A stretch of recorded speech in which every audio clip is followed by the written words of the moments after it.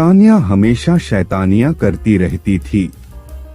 खेलकूद की शौकीन तान्या कभी इधर भागती कभी उधर भागती, बस उसे कोई पढ़ने को ना कहे। अगर किसी ने पढ़ने को कह दिया तो मानो उसकी जान ही मांग ली हो। उसे पढ़ना बिल्कुल भी अच्छा नहीं लगता था। तान्या चाहती थी कि वह हमेशा खेलती कूदती रहे और उसकी माँ उसे रोज शाम को पढ़ने के लिए बिठा देती थी। एक दिन तान्या अपना सबसे पसंदीदा खेल खेल रही थी। जैसे ही उसकी माँ ने उसे पढ़ने को कहा, वह बहुत ज्यादा गुस्सा हो गई। उसने सोचा कि अगर वह घर की सारी किताबें जला दे तो उसकी प्रॉब्लम हमेशा के लिए खत्म हो जाएगी। अगले दिन जब उसकी माँ घर पर नहीं थी, तान्या ने सारी किताबों में आग लगा दी। उस आग में एक लाल किताब भी थी।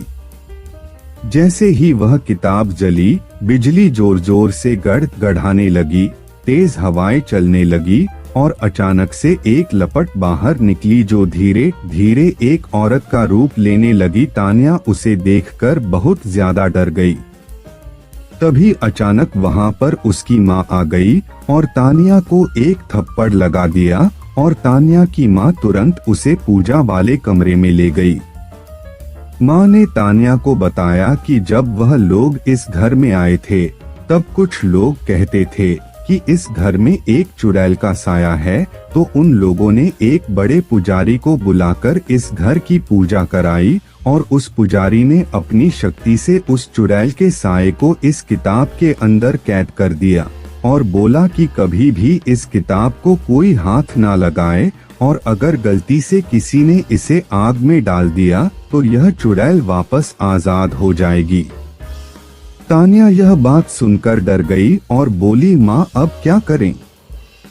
तब माँ ने बोला, पुजारी जी ने उन्हें एक पवित्र जल दिया था कि अगर यह चुड़ैल कभी गलती से बाहर आ भी जाए तो इस जल को छिड़ककर उस चुड़ैल को फिर से कैद किया जा सकता है। पर अब मुश्किल यह थी कि यह जल छिड़का कैसे जाए, क्योंकि वह चुड़ैल काफी गुस्से में थी, क्योंकि उसे इतने लंबे समय तक के लिए इस किताब में बंद कर दिया था। तभी अचानक वहां रोते बिलखते दो छोटे छोटे बच्चे आ गए और वह चुड़ैल उन बच्चों के पास शांति से खड़ी थी।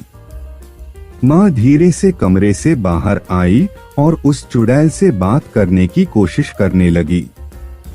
जैसे उस चुड़ैल ने माँ को देखा, वह चुड़ैल माँ पर हमला करने के लिए भागी। माँ के हाथ में वह पवित्र जल था। उस जल को देखकर चुड़ैल डर गई और वहीं रुक गई और बोली, मेरे पर यह जल मत डालो, मेरे बच्चे फिर अकेले हो जाएंगे। माँ ने उस चुड़ैल को बड़े ध्यान से देखा और पूछा कि तुम्हारे साथ क्या हुआ था? चुड़ैल बोली, मेरे पति ने मुझे वही जिंदा जला दिया था और मेरे बच्चे भूखे बिलखते रह गए और ऐसे ही उन्होंने भी दम तोड़ दिया।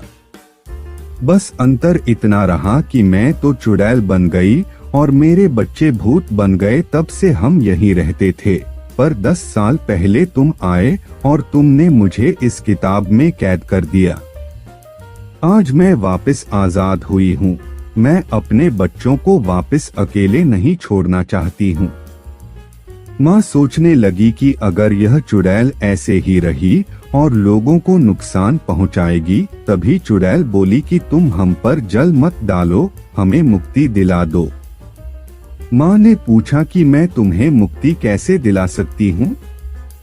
चुड़ैल बोली कि तुम इस घर के पीछे वाले नीम के पेड़ के नीचे एक हवन कराओ और मेरे बच्चों की आत्मा की मुक्ति के लिए प्रार्थना करो।